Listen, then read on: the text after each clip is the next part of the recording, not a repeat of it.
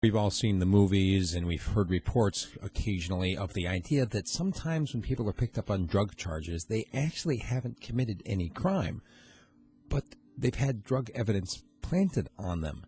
In some cases, there's been tampering in laboratories. There's been some other things, that just kind of some shenanigans in the background that make you wonder really exactly how many of these drug convictions are serious. I mean, actually having happened. I mean, regardless of the question of whether or not there should be a law prohibiting people from putting anything in their body that they want to.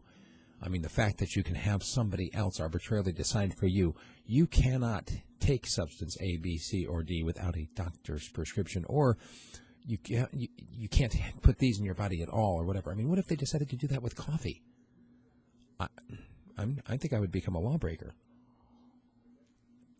I'm just saying, this idea that somebody else has the right, the power, the authority, whatever you want to call it, to tell you these are certain things that you may not use, you may not inject, you may not drink, you may not sniff, whatever. You can't do it, and if we can't do it, we're going to put you in jail for it.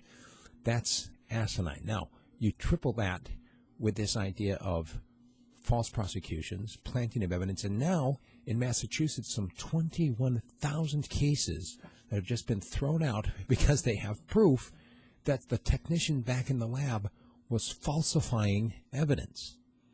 21,000 cases?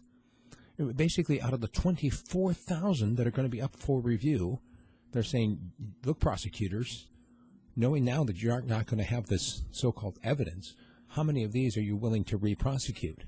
They're expecting the largest mass, what do you call it, a vacating of convictions in history in the United States.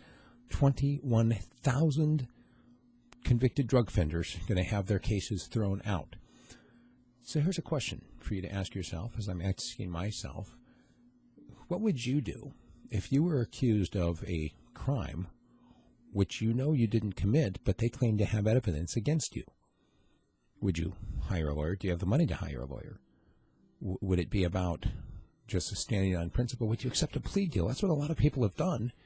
And this is the same kind of technique that has been used in these theocratic societies and in these Soviet-era type communist societies, where they come at you and they say, you're going to jail, where you can either accept the guilty plea and get out in 2 years, or you can fight it and we'll find you guilty and you'll be in for 20.